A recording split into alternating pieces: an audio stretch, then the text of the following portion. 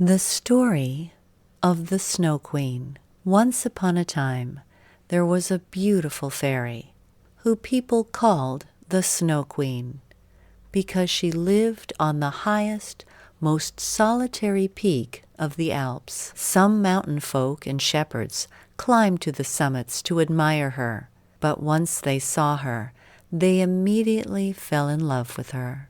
Every man felt that he would willingly give his heart and soul to marry her, but fate had decided that no mortal would ever marry the Snow Queen. Yet, in spite of that, many brave souls did their best to approach her, hoping always to persuade her. Each suitor was allowed to enter the great ice palace with the crystal roof, where the Snow Queen's throne stood. But the second he declared his love and asked for her hand, thousands of goblins appeared to grab him and take him far, far away. Without the slightest emotion, the Snow Queen would watch this scene with her heart of ice, unable to feel any compassion at all.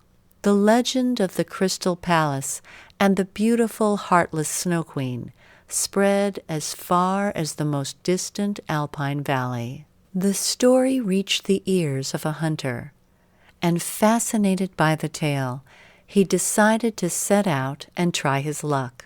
Leaving his valley, he journeyed for days on end, climbing the snow-covered mountain faces, scaling ice-bound peaks, and defying the bitterly cold winds that swept through the alpine gullies. More than once he felt all was lost, but the thought of the lovely Snow Queen gave him new strength and kept him moving onwards.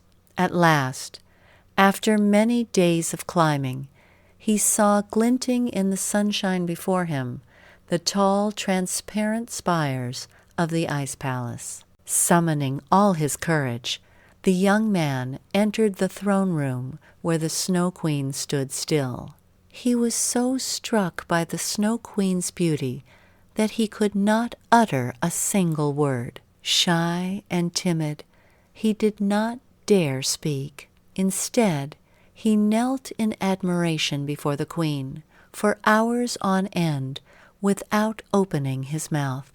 The Queen looked at him silently, and as long as he did not ask her hand in marriage, the goblins would not take him away. Days passed, and the hunter stayed in the palace admiring the Snow Queen without saying a word. Then, to her great surprise, the Snow Queen realized she was becoming quite fond of this hunter, who was much younger and more handsome than her other suitors had been.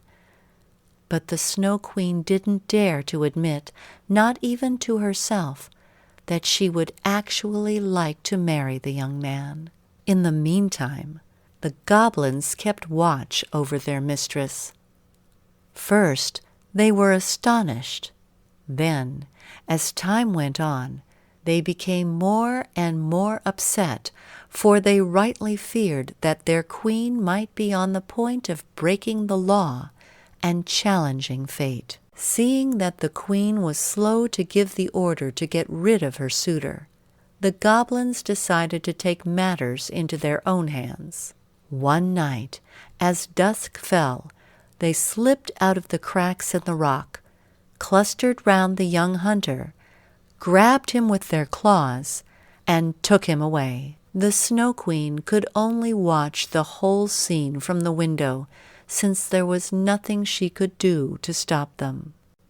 But just then she felt her icy heart melting, and a single tear dropped from her eye, the first one she had ever shed. The Snow Queen's tear fell onto a stone, where it turned into a little silvery starflower.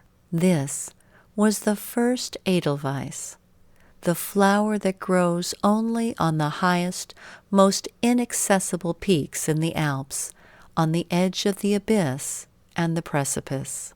With that, the beautiful but cold-hearted fairy suddenly became a woman capable of love and emotion, and she decided to leave her palace and go and seek her beloved hunter. Stories have been told that they indeed met again and were very happy together.